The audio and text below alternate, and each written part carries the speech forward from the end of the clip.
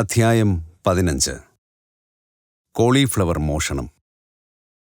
ഗുരുദേവ, അങ്ങേക്ക് ഒരു സമ്മാനം. ഈ വളരെ വലിയ 6 കോളിഫ്ലവർ എൻ്റെ കൈകൊണ്ട് നട്ടതാണ്. ഒരമ്മ സ്വന്തം കുഞ്ഞിനെ ശുശ്രൂഷിക്കുന്ന സ്നേഹവായ്പോടെ ഞാൻ അവ വളരുന്നത് നോക്കി നിന്നിട്ടുണ്ട്. ഉപചാരത്തിൻ്റെ വാഗ്ദാടിയോടെ ഞാൻ ആ മലക്കറിക്കുട്ട കാഴ്ചവെച്ചു. നിനക്ക് നന്ദി. ശ്രീ യുക്തേശ്വരൻ്റെ പുഞ്ചിരി അഭിനന്ദനം കൊണ്ട് ഊഷ്മളമായിരുന്നു. അവ നിന്റെ മുറിയിൽ സൂക്ഷിക്കൂ. നാളെ രാത്രിയിലെ പ്രത്യേക വിരുന്നിന് എനിക്ക് അവ വേണം. കോളേജിൻ്റെ മധ്യവേനൽ അവധി എൻ്റെ ഗുരുദേവനോടൊത്ത് പുരിയിൽ അദ്ദേഹത്തിൻ്റെ സമുദ്രതീര ആശ്രമത്തിൽ ചെലവഴിക്കാനായി ഞാൻ എത്തിയതേ ഉണ്ടായിരുന്നുള്ളൂ. ഗുരുദേവനും ശിഷ്യന്മാരും കൂടി 2 നിലയിൽ പടുത്തുയർത്തിയ പ്രസാദപൂർണമായ ആ ചെറിയ ആശ്രമം ബംഗാൾ ഉൾക്കടലിന് അഭിമുഖമായിരുന്നു. ഉപ്പുള്ള കടൽക്കാറ്റും ആശ്രമത്തിൻ്റെ പ്രശാന്ത ചാരുതയും നുകർന്ന് ഉന്മേഷം കൈവരിച്ച ഞാൻ അടുത്ത പ്രഭാതത്തിൽ നേരത്തെ ഉണർന്നു. എൻ്റെ ഗുരുദേവൻ്റെ ഇമ്പമേറിയ ശബ്ദം എന്നെ വിളിക്കുകയായി. എൻ്റെ പ്രിയപ്പെട്ട കോളിഫ്ലവറിനെ ഒന്നു നോക്കി ഞാൻ അവയെ കട്ടിലിനടിയിൽ ഭംഗിയായി ഒളിച്ചുവെച്ചു. വരൂ, നമുക്ക് കടൽത്തീരത്തേക്ക് പോകാം. ഗുരുദേവൻ മുമ്പേ നടന്നു. അനേകം യുവശിഷ്യന്മാരും ഞാനും ചിന്നിച്ചിതറിയ ഒരു കൂട്ടമായി പിന്തുടർന്നു. ലഘുവായ ഒരു കുറ്റാരോപണ ഭാവത്തിൽ ഗുരുദേവൻ ഞങ്ങളെ എല്ലാവരെയും ഒന്ന് നോക്കി. നമ്മുടെ പാശ്ചാത്യ സഹോദരങ്ങൾ നടക്കുമ്പോൾ ഒരുമിച്ചുള്ള കാൽവെപ്പിൽ അവർ മിക്കപ്പോഴും അഭിമാനം കൊള്ളുന്നു. ഇപ്പോൾ നിങ്ങൾ 2 വരിയായി നടക്കൂ. ഓരോരുത്തരും ഒരേ താളത്തിൽ ചുവടുവയ്ക്കൂ. നിർദ്ദേശം ഞങ്ങൾ അനുസരിക്കുന്നത് ശ്രീ യുക്തേശ്വരൻ നിരീക്ഷിച്ചു. അദ്ദേഹം പാടാൻ തുടങ്ങി. കുട്ടികൾ പോകൂ മുൻപേ പിൻപേ, പന്തിയിൽ ചന്തമെഴും പോലെ. തൻ്റെ യുവശിഷ്യരുടെ ചുറുചുറുക്കുള്ള കാൽവെപ്പിനൊത്ത് അനായാസം നടക്കാനുള്ള ഗുരുദേവന്റെ കഴിവിൽ എനിക്ക് മതിപ്പ് തോന്നി.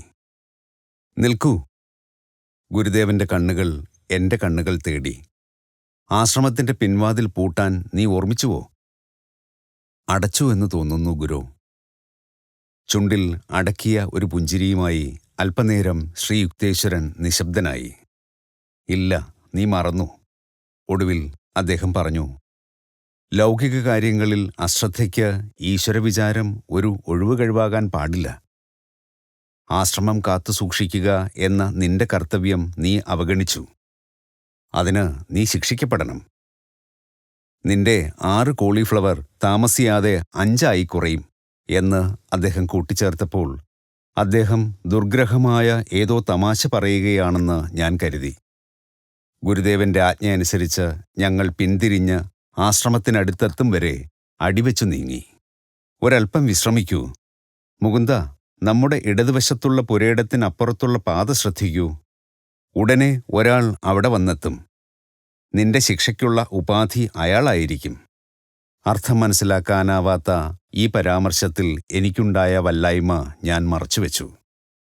അവലക്ഷണമായി ആടിയുലഞ്ഞ് അർത്ഥമില്ലാത്ത ആംഗ്യങ്ങൾ കൈകൊണ്ട് കാട്ടിക്കൊണ്ട് ഒരു ഗ്രാമീണൻ വഴിയിൽ ഉടനെ പ്രത്യക്ഷനായി. ജിജ്ഞാസ കൊണ്ട് ഏറെക്കുറെ തളർന്ന ഞാൻ ഈ രസകരമായ കാഴ്ചയിൽ കണ്ണുനട്ടു. ഞങ്ങളുടെ ദൃഷ്ടിയിൽ നിന്ന് മറയുന്ന ഒരു ഭാഗത്ത് അയാൾ എത്തിയപ്പോൾ ശ്രീ യുക്തേശ്വരൻ പറഞ്ഞു, ഇനി അയാൾ തിരിച്ചു വരും.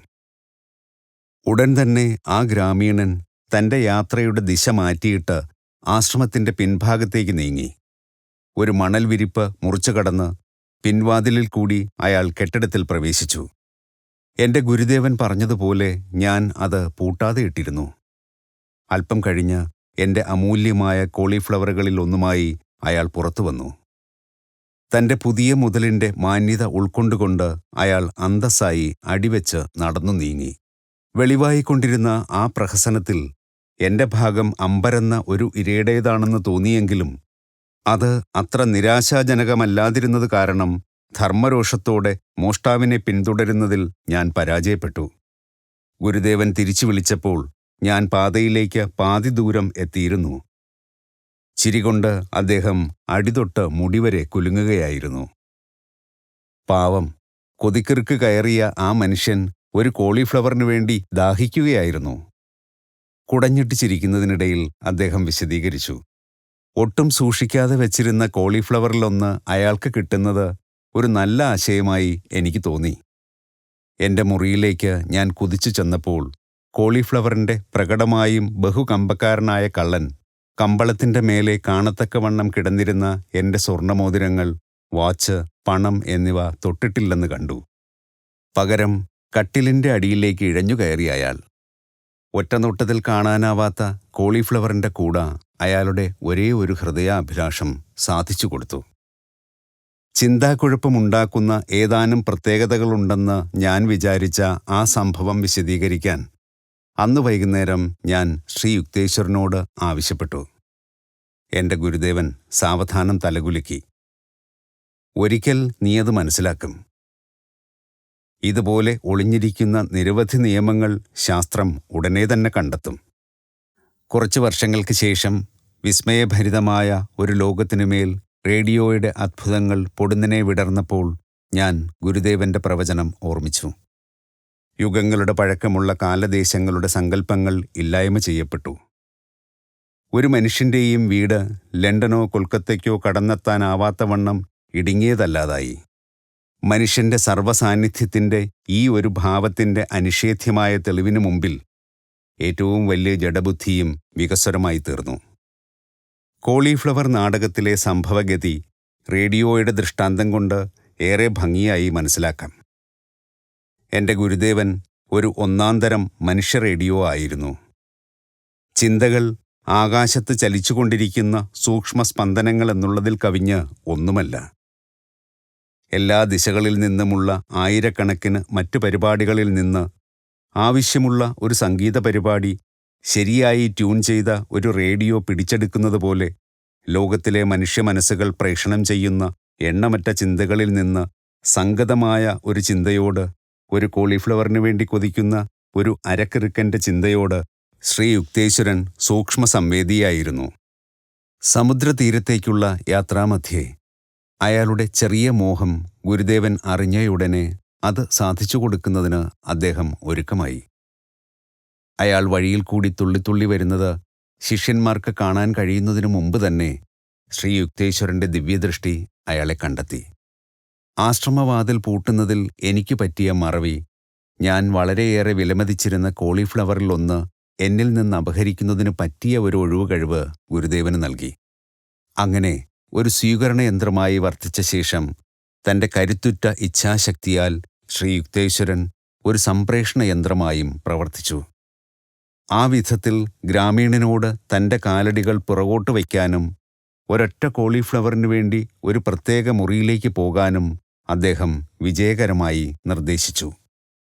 മനുഷ്യൻ്റെ മനസ്സ് നിശ്ചലമാകുന്ന നിമിഷങ്ങളിൽ അവനിൽ സ്വാഭാവികമായി പ്രത്യക്ഷപ്പെടുന്ന ആത്മാവിൽ നിന്നുള്ള മാർഗദർശനമാണ് അന്തർജ്ഞാനം.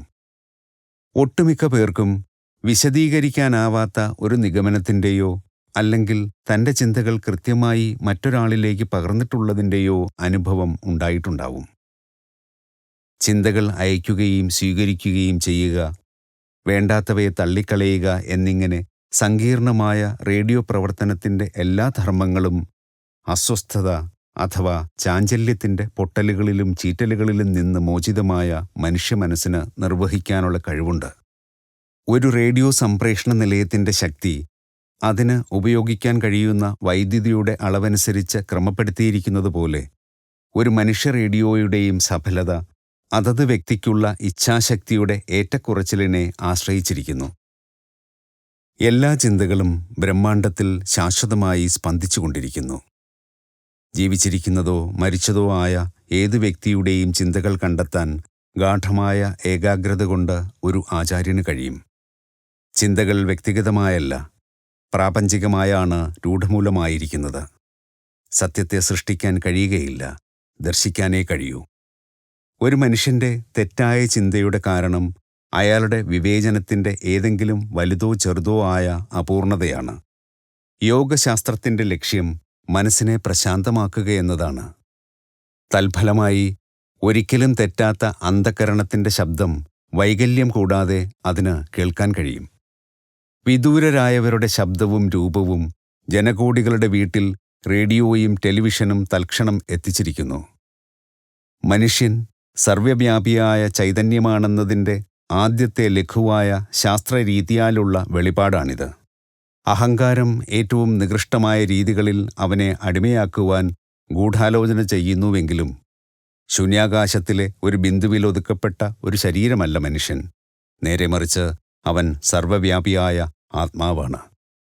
ശരീരവിജ്ഞാനത്തിൽ നോബൽ സമ്മാനം നേടിയ ചാൾസ് റോബർട്ട് റഷെ പ്രഖ്യാപിച്ചു, കഴിഞ്ഞ നൂറ്റാണ്ടിൽ ശാസ്ത്രം നമ്മെ പഠിപ്പിച്ച വസ്തുതകൾ നമ്മെ ഇപ്പോൾ അത്ഭുതപ്പെടുത്താത്തതുപോലെ തീരെ അപരിചിതവും അത്യത്ഭുതകരവും തീർത്തും അസാധ്യമെന്ന് തോന്നുന്നതുമായ പ്രതിഭാസങ്ങൾ ഒരിക്കൽ തെളിയിക്കപ്പെട്ടു കഴിഞ്ഞാൽ പിന്നീട് നമ്മെ ഒട്ടും അത്ഭുതാധീനരാക്കുകയില്ല. ഇന്ന് അത്ഭുതം കൂടാതെ നാം അംഗീകരിക്കുന്ന പ്രതിഭാസങ്ങൾ നമ്മുടെ ആശ്ചര്യത്തെ ഉണർത്താത്തത് അവയെ നാം മനസ്സിലാക്കിയിരിക്കുന്നത് കൊണ്ടാണെന്നാണ് ധാരണ. പക്ഷേ വസ്തുത അതല്ല. അവ നമ്മെ വിസ്മയിപ്പിക്കുന്നില്ല എങ്കിൽ അത് അവയെ നാം മനസ്സിലാക്കിയതുകൊണ്ടല്ല, മറിച്ച് അവ സുപരിചിതമായതുകൊണ്ടാണ്. എന്തെന്നാൽ മനസ്സിലാക്കാനാവാത്തത് ഓരോന്നും നമ്മെ അത്ഭുതപരതന്ത്രരാക്കുമെങ്കിൽ നാം എല്ലാത്തിലും അത്ഭുതപ്പെടണം. ഉദാഹരണത്തിന് വായുവിലേക്ക് എറിഞ്ഞ ഒരു കല്ലിൻ്റെ പതനം, ഓക്കുമരമായി തീരുന്ന അതിൻ്റെ വിത്ത്, ചൂടാകുമ്പോൾ വികസിക്കുന്ന രസം, കാന്തത്താൽ ആകർഷിക്കപ്പെടുന്ന ഇരുമ്പ്. ഇന്നത്തെ ശാസ്ത്രം ഒരു ലഘുവായ കാര്യമാണ്. നമ്മുടെ പിന്മുറക്കാർ കണ്ടുപിടിക്കാൻ പോകുന്ന അത്ഭുതകരമായ യാഥാർത്ഥ്യങ്ങൾ നമ്മുടെ കണ്ണിൽ തന്നെ ഉറ്റുനോക്കിക്കൊണ്ട് എന്നു തന്നെ പറയട്ടെ, നമ്മുടെ ചുറ്റുപാടും ഇപ്പോഴും ഉണ്ടെങ്കിലും നാം അവയെ കാണുന്നില്ല. പക്ഷേ നാം അവയെ കാണുന്നില്ല എന്ന് പറഞ്ഞാൽ പോരാ, നാം അവയെ കാണാൻ ആഗ്രഹിക്കുന്നില്ല. എന്തെന്നാൽ അപ്രതീക്ഷിതവും അപരിചിതവുമായ ഒരു വസ്തുത വെളിപ്പെട്ടാൽ ഉടൻ നാം അതിനെ സ്വീകാര്യമായ അറിവിൻ്റെ സർവ്വസാധാരണതയുടെ ചട്ടക്കൂട്ടിൽ ഒതുക്കി നിർത്താൻ ശ്രമിക്കുകയും തുടർന്ന് പരീക്ഷണങ്ങൾ നടത്താൻ ആരെങ്കിലും മുതിർന്നാൽ രോഷം കൊള്ളുകയും ചെയ്യുന്നു. തീരെ അസംഭാവ്യമായ രീതിയിൽ എൻ്റെ ഒരു കോളിഫ്ലവർ അപഹരിക്കപ്പെട്ട് ഏതാനും ദിവസങ്ങൾ കഴിഞ്ഞ് രസകരമായ ഒരു സംഭവമുണ്ടായി. ഏതോ ഒരു മണ്ണെണ്ണ വിളക്ക് കാണാതായി. എൻ്റെ ഗുരുവിൻ്റെ സർവജ്ഞമായ ഉൾക്കാഴ്ചയ്ക്ക് വളരെ അടുത്ത നാളിൽ ഞാൻ സാക്ഷ്യം വഹിച്ചിരുന്നതിനാൽ വിളക്ക് കണ്ടുപിടിക്കുക എന്നത് ഒരു കുട്ടിക്കളി മാത്രമാണെന്ന് അദ്ദേഹം കാട്ടിത്തരുമെന്ന് ഞാൻ വിചാരിച്ചു. എൻ്റെ പ്രതീക്ഷ ഗുരുദേവൻ മനസ്സിലാക്കി. പൊലിപ്പിച്ച ഗൗരവത്തോടെ അദ്ദേഹം ആശ്രമവാസികളെയെല്ലാം ചോദ്യം ചെയ്തു. പിൻഭാഗത്തെ കിണറിൻ്റെ കരയിൽ പോകുവാൻ താൻ ആ വിളക്ക് ഉപയോഗിച്ചുവെന്ന് ഒരു യുവശിഷ്യൻ ഏറ്റുപറഞ്ഞു. ശ്രീ യുക്തേശ്വരൻ ഗൗരവരൂപത്തിൽ ഉപദേശം നൽകി, കിണറിൻ്റെ അരികിൽ നോക്കൂ. ഞാൻ അവിടേക്ക് പാഞ്ഞുപോയി. വിളക്കില്ല. വിഷണ്ണനായി ഞാൻ ഗുരുദേവൻ്റെ അടുത്തെത്തി. എൻ്റെ നിരാശയിൽ ഖേദമൊന്നും കൂടാതെ അദ്ദേഹം ഹൃദ്യമായി ചിരിക്കുകയായിരുന്നു. എന്ത് കഷ്ടം! കാണാത്ത വിളക്കിൻ്റെ അടുത്തേക്ക് എനിക്ക് നിന്നെ നയിക്കാൻ കഴിഞ്ഞില്ല. ഞാൻ ഭാവി പ്രവചിക്കുന്ന ആളൊന്നുമല്ലല്ലോ. കുസൃതി നിറഞ്ഞ കണ്ണുകളോടെ അദ്ദേഹം പറഞ്ഞു, ഞാൻ തരക്കേടില്ലാത്ത ഒരു ഷെർലക് ഹോംസ് പോലുമല്ല. വെല്ലുവിളിച്ചതുകൊണ്ടോ ഏതെങ്കിലും നിസ്സാര കാര്യത്തിനു വേണ്ടിയോ ഗുരുദേവൻ തൻ്റെ കഴിവുകൾ ഒരിക്കലും പ്രദർശിപ്പിക്കുകയില്ലെന്ന് എനിക്ക് ബോധ്യമായി. സന്തോഷകരമായ ആഴ്ചകൾ അതിവേഗം കടന്നുപോയി. ശ്രീ യുക്തേശ്വരൻ മതപരമായ ഒരു ഘോഷയാത്രയ്ക്ക് ഒരുക്കങ്ങൾ ചെയ്യുകയായിരുന്നു. പുരി പട്ടണത്തിലും സമുദ്രതീരത്തും കൂടി ശിഷ്യരെ ആനയിക്കാൻ അദ്ദേഹം എന്നോട് പറഞ്ഞു. ഉത്സവദിനം ഗ്രീഷ്മസംക്രാന്തി കടുത്ത ചൂടുമായി വന്നെത്തി. ഗുരുജി, നഗ്നപാതരായ വിദ്യാർത്ഥികളെ ചുട്ടുപഴുത്ത മണലിൽ കൂടി കൊണ്ടുപോകാൻ എനിക്ക് എങ്ങനെ കഴിയും? ഞാൻ നിരാശയോട് ചോദിച്ചു.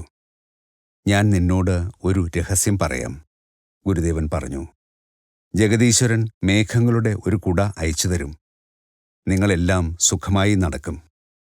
ഞാൻ സസന്തോഷം ഘോഷയാത്ര സംഘടിപ്പിച്ചു. ഒരു സത്സംഗ ബാനറുമായി ഞങ്ങളുടെ സംഘം ആശ്രമത്തിൽ നിന്ന് പുറപ്പെട്ടു. ശ്രീ യുക്തേശ്വരൻ രൂപകൽപ്പന ചെയ്ത ആ ബാനർ അന്തർദൃഷ്ടിയുടെ വിദൂരദർശകമായ ഏകനേത്രത്തിൻ്റെ പ്രതീകം വഹിച്ചിരുന്നു. ഞങ്ങൾ ആശ്രമം വിട്ടയുടനെ ജാലവിദ്യയാലെന്ന പോലെ ആകാശം മേഘങ്ങൾ കൊണ്ട് നിറഞ്ഞു. കണ്ടുനിന്നവരുടെ ആശ്ചര്യപ്രകടനങ്ങളോടൊപ്പം പട്ടണവീഥികളെയും ചുട്ടുപഴുത്ത കടൽ തീരത്തെയും തണുപ്പിച്ചുകൊണ്ട് ലഘുവായ ഒരു മഴ പെയ്തു. ഞങ്ങളുടെ പദയാത്രയുടെ 2 മണിക്കൂർ നേരം സുഖകരമായ മഴത്തുള്ളികൾ പൊഴിഞ്ഞു. ഞങ്ങൾ ആശ്രമത്തിൽ തിരിച്ചെത്തിയ അതേ നിമിഷം മഴക്കാറും മഴയും അപ്രത്യക്ഷവുമായി. നമ്മോടുള്ള ഈശ്വരന്റെ കാരുണ്യം കണ്ടുവല്ലോ. ഞാൻ കൃതജ്ഞത പ്രകാശിപ്പിച്ചപ്പോൾ ഗുരുദേവൻ പറഞ്ഞു, അദ്ദേഹം എല്ലാവരോടും പ്രതികരിക്കുകയും എല്ലാവർക്കും വേണ്ടി പ്രവർത്തിക്കുകയും ചെയ്യുന്നു. എൻ്റെ അപേക്ഷയാൽ അദ്ദേഹം മഴ അയച്ചു തന്നതുപോലെ ഭക്തന്റെ ആത്മാർത്ഥമായ ആഗ്രഹത്തെ അദ്ദേഹം നിറവേറ്റുന്നു. ഈശ്വരൻ അവരുടെ പ്രാർത്ഥനകൾ എത്രയോ പ്രാവശ്യം സഫലമാക്കുന്നുവെന്ന് അപൂർവമായി മാത്രമേ മനുഷ്യർ മനസ്സിലാക്കുന്നുള്ളൂ. അദ്ദേഹത്തിന് ഏതാനും പേരോട് പക്ഷപാതമില്ല. അദ്ദേഹത്തെ വിശ്വാസത്തോടെ സമീപിക്കുന്ന ഓരോരുത്തരുടെയും പ്രാർത്ഥന ശ്രദ്ധിക്കുന്നു. തങ്ങളുടെ സർവ്വവ്യാപിയായ പിതാവിൻ്റെ പ്രേമപൂർവമായ ദയാവായ്പിൽ അദ്ദേഹത്തിൻ്റെ സന്താനങ്ങൾക്ക് പൂർണ്ണമായ വിശ്വാസം എപ്പോഴും ഉണ്ടായിരിക്കണം. അയനാരംഭങ്ങളിലും അയനമധ്യങ്ങളിലുമായി ഒരു വർഷം 4 ഉത്സവാഘോഷങ്ങൾ ശ്രീ യുക്തേശ്വരൻ നടത്തിയിരുന്നു. അപ്പോൾ അദ്ദേഹത്തിൻ്റെ ദൂരെയും അടുത്തുമുള്ള ശിഷ്യന്മാർ ഒത്തുകൂടുമായിരുന്നു.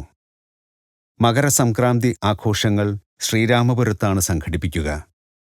ഞാൻ ആദ്യമായി സംബന്ധിച്ച അത്തരമൊരു ആഘോഷം ശാശ്വതമായ ഒരു അനുഗ്രഹം എനിക്കേകി.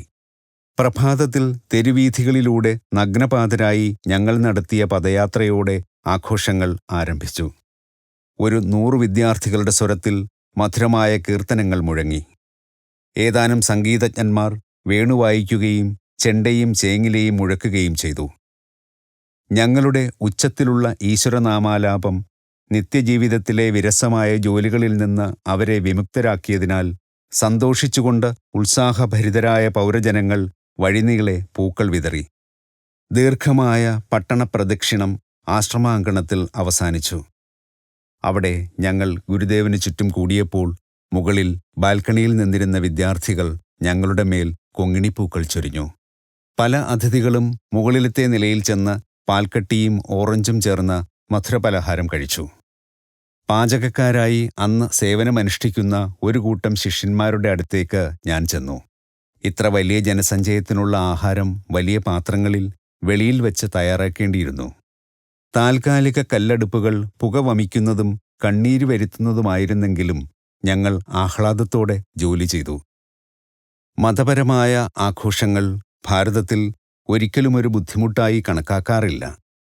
പണമോ അരിയും മലക്കറിയുമോ അല്ലെങ്കിൽ സ്വന്തം സേവനമോ നൽകിക്കൊണ്ട് ഓരോ ഭക്തനും തൻ്റെ പങ്ക് സന്തോഷത്തോടെ നിർവഹിക്കുന്നു. സദ്യയുടെ വിശദാംശങ്ങളുടെ മേൽനോട്ടത്തിനായി ഗുരുദേവൻ ഞങ്ങളുടെ നടുവിൽ താമസിയാതെ എത്തി.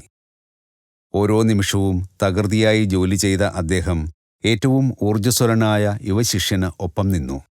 3-ാം നിലയിൽ ഹാർമോണിയത്തിൻ്റെയും തബലയുടെയും അകമ്പടിയോടെ ഒരു സമൂഹ ഭജന നടന്നുകൊണ്ടിരിക്കുകയായിരുന്നു.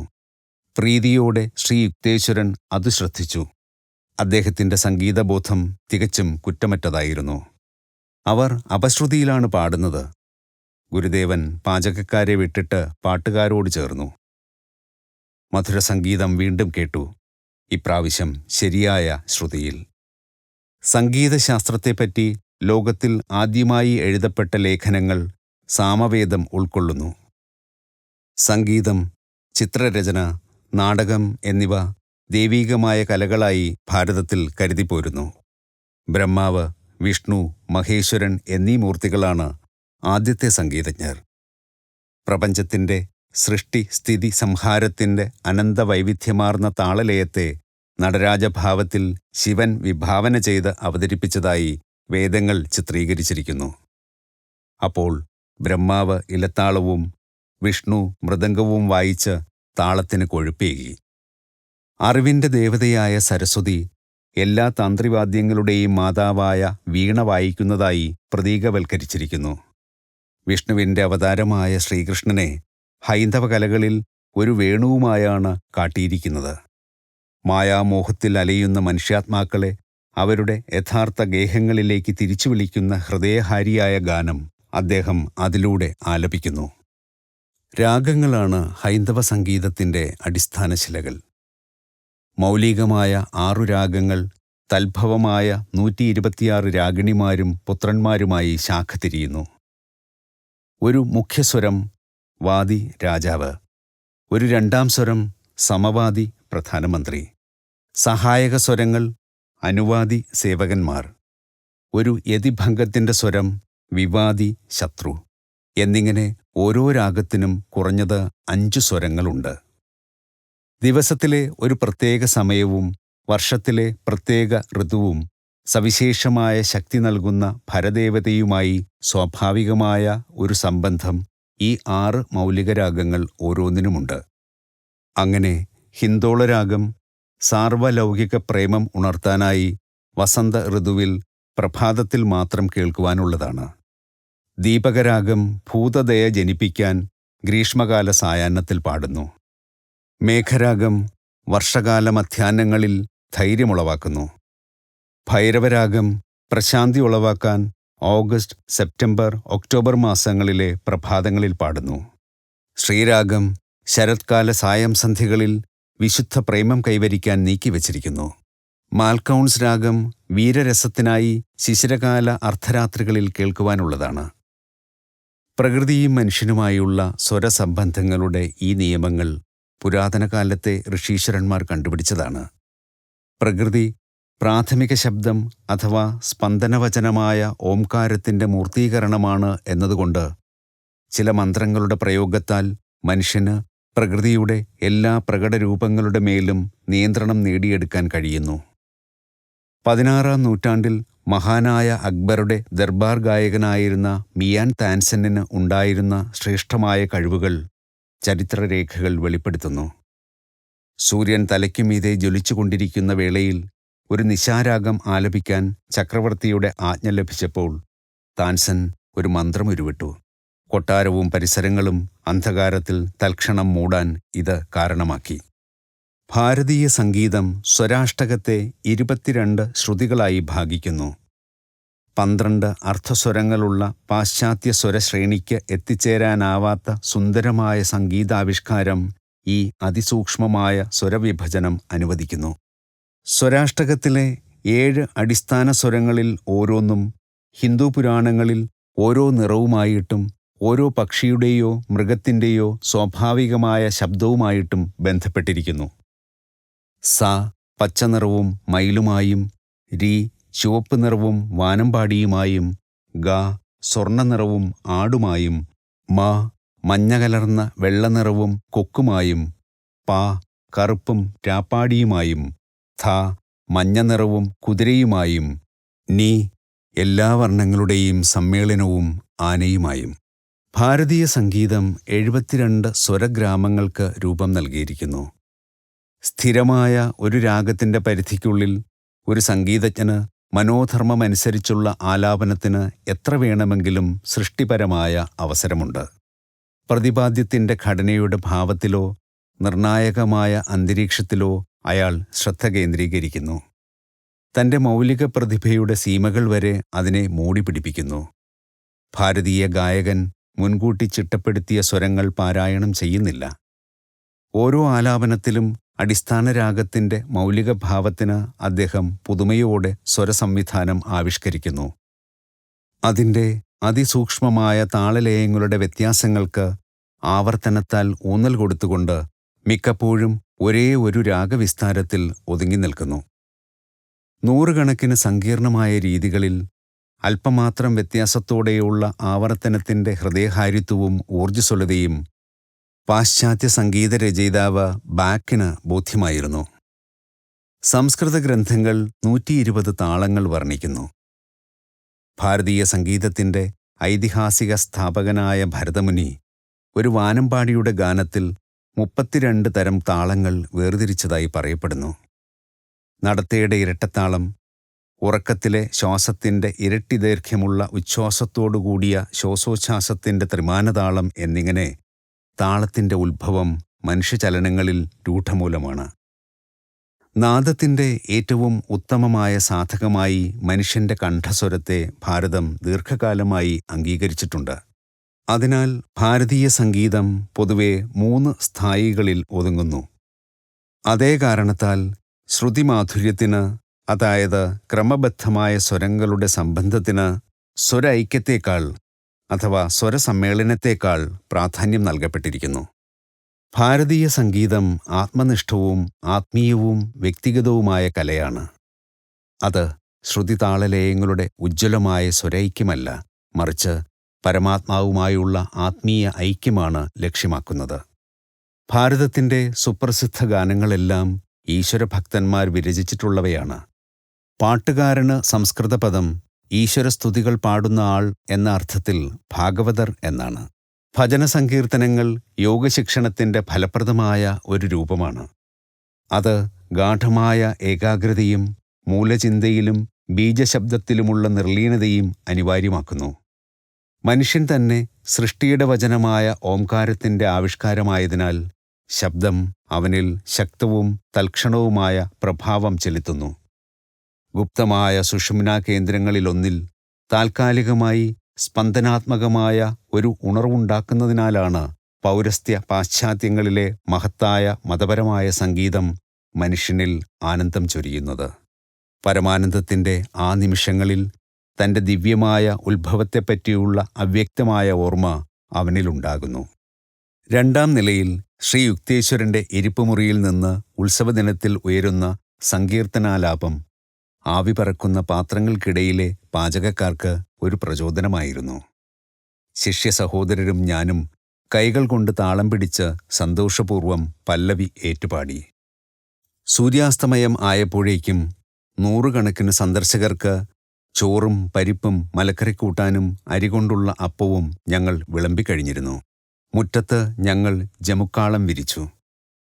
താമസിയാതെ എല്ലാവരും നക്ഷത്രമേൽക്കട്ടിക്കു താഴെ ശ്രീ യുക്തേശ്വരനിൽ നിന്ന് പ്രവഹിച്ച ജ്ഞാനം നിശബ്ദരായി ശ്രദ്ധയോടെ ശ്രവിച്ചുകൊണ്ടിരുന്നു.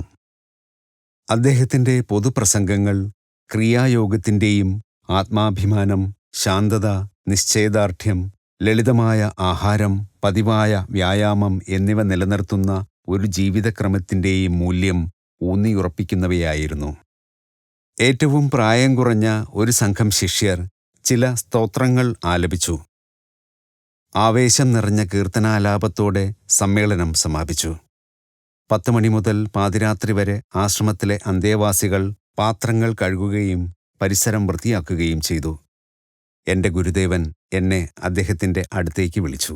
ഇന്നത്തെ നിന്റെ സന്തോഷപൂർവമായ കഠിനാധ്വാനത്തിലും കഴിഞ്ഞ ഒരാഴ്ചത്തെ തയ്യാറെടുപ്പിലും ഞാൻ സന്തുഷ്ടനാണ്. നീ എന്നോടൊപ്പം ഉണ്ടാവണം. ഇന്ന് രാത്രി നീ എൻ്റെ കിടക്കയിൽ ഉറങ്ങിക്കൊള്ളൂ. എനിക്ക് കിട്ടുമെന്ന് ഞാൻ ഒരിക്കലും കരുതാത്ത ഒരു വിശേഷ സൗഭാഗ്യമായിരുന്നു ഇത്. ഗാഠമായ ദൈവിക പ്രശാന്തിയിൽ ഞങ്ങൾ അല്പനേരം ഇരുന്നു. ഞങ്ങൾ ഉറങ്ങാൻ കിടന്നിട്ട് ഏതാണ്ട് 10 മിനിറ്റ് കഴിഞ്ഞപ്പോൾ ഗുരുദേവൻ എഴുന്നേറ്റ് വസ്ത്രം മാറാൻ തുടങ്ങി. എന്താണ് കാര്യം ഗുരുദേവ? എൻ്റെ ഗുരുദേവനോടൊപ്പം ഉറങ്ങുന്നതിൻ്റെ ആനന്ദത്തിൽ പെട്ടെന്ന് അവാസ്തവികത കലർന്നു. മാറിക്കയറേണ്ടതായ ട്രെയിൻ കിട്ടാഞ്ഞ് താമസിച്ചുപോയ ഏതാനും വിദ്യാർത്ഥികൾ ഇപ്പോൾ ഇവിടെ എത്തുമെന്ന് തോന്നുന്നു. നമുക്ക് കുറച്ച് ആഹാരം തയ്യാറാക്കി വയ്ക്കാം. ഗുരുജി, ഈ രാത്രി 1 മണിക്ക് ആരും വരികയില്ല. നീ കിടന്നുകൊള്ളൂ. കഠിനമായി ജോലി ചെയ്യുകയായിരുന്നില്ലേ? പക്ഷേ ഞാൻ പാചകം ചെയ്യാൻ പോവുകയാണ്. ശ്രീ യുക്തേശ്വരൻ്റെ ഉറപ്പുള്ള സ്വരം കേട്ടിട്ട് ഞാൻ ചാടി എഴുന്നേറ്റ് 3-ാം നിലയിൽ അകത്തെ ബാൽക്കണിക്കടുത്ത് സാധാരണ ഉപയോഗിക്കാറുള്ള ചെറിയ അടുക്കളയിലേക്ക് അദ്ദേഹത്തെ പിന്തുടർന്നു. അരിയും പരിപ്പും താമസിയാതെ തിളയ്ക്കാൻ തുടങ്ങി. എൻ്റെ ഗുരുദേവൻ വാത്സല്യത്തോടെ പുഞ്ചിരിച്ചു. ഈ രാത്രി നീ ക്ഷീണത്തെയും കഠിനാധ്വാനത്തോടുള്ള ഭയത്തെയും കീഴടക്കിയിരിക്കുന്നു. അവ ഭാവിയിൽ നിന്നെ ഒരിക്കലും ബുദ്ധിമുട്ടിക്കുകയില്ല. ഒരു ജീവിതകാലത്തേക്കുള്ള അനുഗ്രഹത്തിൻ്റെ ഈ വാക്കുകൾ അദ്ദേഹം പറഞ്ഞു കഴിഞ്ഞപ്പോഴേക്കും മുറ്റത്ത് കാൽപ്പെരുമാറ്റം കേട്ടു. ഞാൻ താഴേക്ക് ഓടിച്ചെന്ന് ഒരു കൂട്ടം ശിഷ്യന്മാരെ അകത്തേക്ക് ആനയിച്ചു.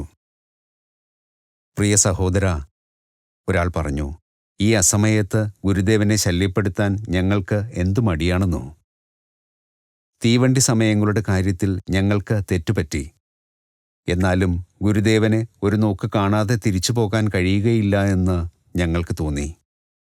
അദ്ദേഹം നിങ്ങളെ പ്രതീക്ഷിക്കുകയായിരുന്നു. മാത്രവുമല്ല, ഇപ്പോൾ നിങ്ങൾക്ക് ഭക്ഷണം പാകം ചെയ്തുകൊണ്ടിരിക്കുകയുമാണ്. ശ്രീ യുക്തേശ്വരന്റെ സ്വാഗതവാക്കുകൾ മുഴങ്ങിക്കേട്ടു. വിസ്മയചകിതരായ ആഗതരെ ഞാൻ അടുക്കളയിലേക്ക് കൂട്ടിക്കൊണ്ടുപോയി. കുസൃതി ചിരിയുള്ള കണ്ണുകളോടെ അദ്ദേഹം എൻ്റെ നേരെ തിരിഞ്ഞു. വസ്തുതകൾ പരസ്പരം കൈമാറിക്കഴിഞ്ഞ സ്ഥിതിക്ക് അതിഥികൾക്ക് ശരിക്കും തീവണ്ടി കിട്ടാതെ പോയി എന്നത് നിനക്ക് ബോധ്യമായല്ലോ. ഈശ്വരതുല്യനായ ഒരു ഗുരുവിനോടൊപ്പം ഉറങ്ങുക എന്ന ബഹുമതിയിൽ സന്തോഷപൂർവ്വം പ്രതീക്ഷ വെച്ചുകൊണ്ട് അരമണിക്കൂറിന് ശേഷം ഞാൻ അദ്ദേഹത്തോടൊപ്പം കിടപ്പുമുറിയിലേക്ക് പോയി.